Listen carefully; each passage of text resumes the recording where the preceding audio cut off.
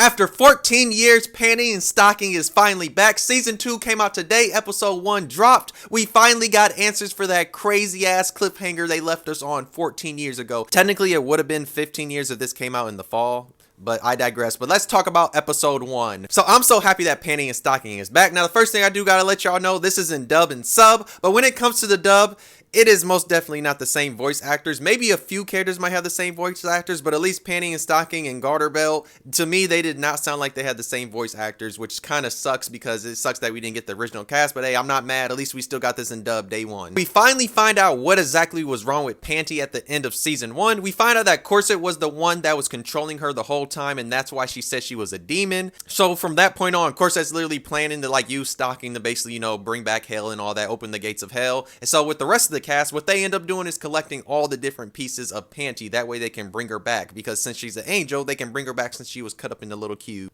And we get some funny moments in here because what happens to Stocking is Stocking ends up turning to this big giant ass monster, and she starts destroying the city. And while she's doing that, the rest of the cast with Garterbelt and Brief and all of them, they end up collecting all the pieces, and they finally get all the pieces, and they perform a spell, and they bring back Panty. But when they bring her back, she is not the same Panty at all. She's just a super sweet nice girl, and they're just yo, what exactly happened to her? And that's when they find out they're missing one piece. And guess what piece they're missing? I'll just say it's something that can sometimes catch on fire if you're not using protection. I'll just say that. And just know that's what happens. They find her missing piece, and just know it does catch on fire, because if you know what Panty gets around and does, it would kind of make sense that it would be on fire. Also, they did turn Panty into a giant, so we have a big giant battle between Stocking in her monster form and then Panty as her normal self. We did get the transformation music just for a little bit. We didn't get the whole thing, when you get the close up of in their transformation. But we just got the music a little bit, so I was a little hyped there because that song is always a banger. You should know, of course, after that battle, everything goes back to normal and all that.